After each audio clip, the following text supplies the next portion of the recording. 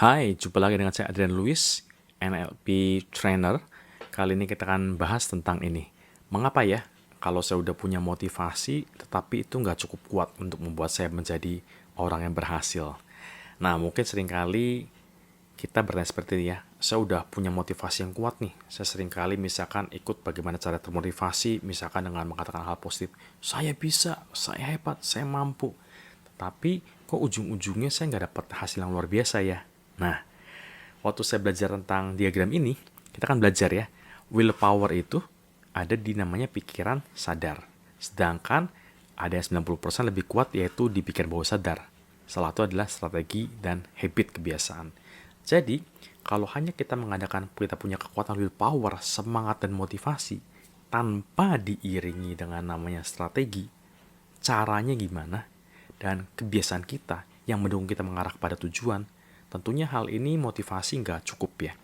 Maka dari itu, kita punya motivasi bagus, good. Kita termotivasi jadi orang antusias, semangat, bagus. Tetapi itu perlu diimbangi dengan cara kita melakukannya. Strateginya apa? Habitnya apa? Nah, strategi habit itu perlu kita bangun.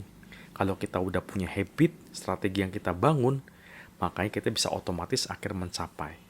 Jadi, penting ya, kita perlu punya keseimbangan. Kita juga perlu bangun cara kita melakukannya dan kita punya habit supaya kita akhirnya bisa mencapai apa yang goal kita inginkan. Contoh ya, contoh kita kasih tahu. Seorang misalkan mau menjadi seorang the best salesman, penjual yang hebat. Hanya setelah motivasi, saya mau jualan segitu banyak, sekian X unit gitu ya. Hanya motivasi saja. Tetapi kalau ditanya, gimana strateginya? Gak tahu. Apa habit yang kamu lakukan untuk mencapai itu? Nggak tahu. Nah, tentunya itu akan sangat susah. Dibandingkan dengan dia punya semangat motivasi, dan dia tahu bagaimana cara melakukannya, dia punya kebiasaan sukses untuk melakukan hal itu, niscaya satu ketika cepat atau lambat, apa yang dia tuju, goalnya itu pasti akan terwujud. Oke, demikian dari saya dan Luis. Sukses selalu buat kita semua. Tuhan berkati.